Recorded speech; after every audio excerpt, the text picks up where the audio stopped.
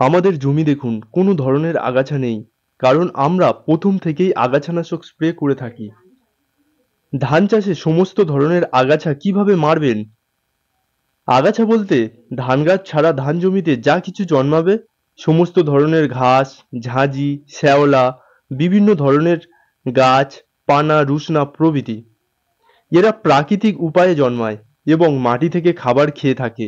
এর ফলে ধান গাছের খাবারের ঘাটতি হয় এবং ধানের ফলন 20 থেকে 30% কমে যায়।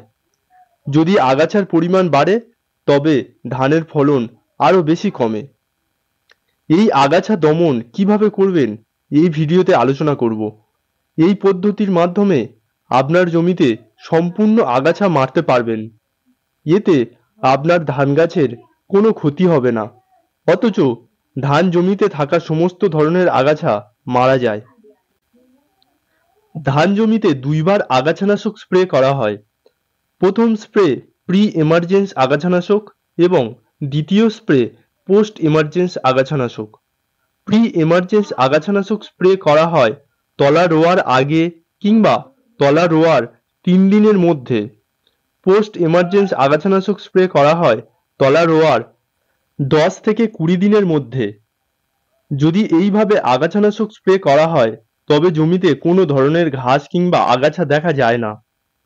তবে প্রথম স্প্রে করার পর যদি আপনার জমিতে 2-1টা ঘাস দেখতে পান, তবে ওই ঘাস হাত দিয়ে তুলে দেবেন।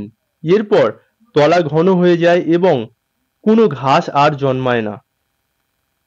যদি কোনো কারণবশত প্রথম স্প্রে না করে থাকেন কিংবা প্রথম স্প্রে করার 12 থেকে 20 দিন পর যদি আগাছার পরিমাণ বেশি হয়, তবে অবশ্যই দ্বিতীয় স্প্রে করবেন। এতে সমস্ত আগাছা মারা যায়। আমরা বেশিরভাগ চাষি ঘাস ওঠার পর আগাছানাশক স্প্রে করে থাকি। হয়তো আমাদের জমিতে আগাছা উঠতে 20 দিন পেরিয়ে গেছে। তলা রোয়ার 20 দিন পর যদি আপনি আগাছানাশক স্প্রে করেন, এতে গাছের বিভিন্ন ধরনের ক্ষতি হতে পারে। তাই সবসময় সঠিক সময়ে আগাছানাশক স্প্রে করবেন। এতে গাছের কোনো ক্ষতি হয় না। গাছের বয়স 15 থেকে 20 দিন কিংবা 30 দিন পেরিয়ে গেলে আগাছানাশক স্প্রে করবেন না। হাত দিয়ে কিংবা যান্ত্রিক প্রক্রিয়ার সাহায্যে আগাছা তুলে ফেলবেন। আগাছানাশকের ব্যবহার: প্রি এমার্জেন্স আগাছানাশক, পোস্ট এমার্জেন্স আগাছানাশক। প্রি এমার্জেন্স আগাছানাশক: পাইরোজোসালফুরন ইথাইল 10% WP। এই গ্রুপের বাজারে বিভিন্ন ধরনের আগাছানাশক পাওয়া যায়। আমি দুটি আগাছানাশকের নাম বলছি: সাথী, লাঠি। এই গ্রুপের আগাছানাশক 1 বিঘা জমিতে 20 গ্রাম 60 লিটার জলের সঙ্গে মিশিয়ে কিংবা বালির সঙ্গে মিশিয়ে ব্যবহার করতে পারবেন। পোস্ট এমার্জেন্স আগাছানাশক: বিসপারিব্যাক সোডিয়াম 10% SC। এই গ্রুপেরও বিভিন্ন ধরনের আগাছানাশক পাওয়া যায়। এই গ্রুপের দুটি আগাছানাশকের নাম বলছি: নমিনি গোল্ড, তারক।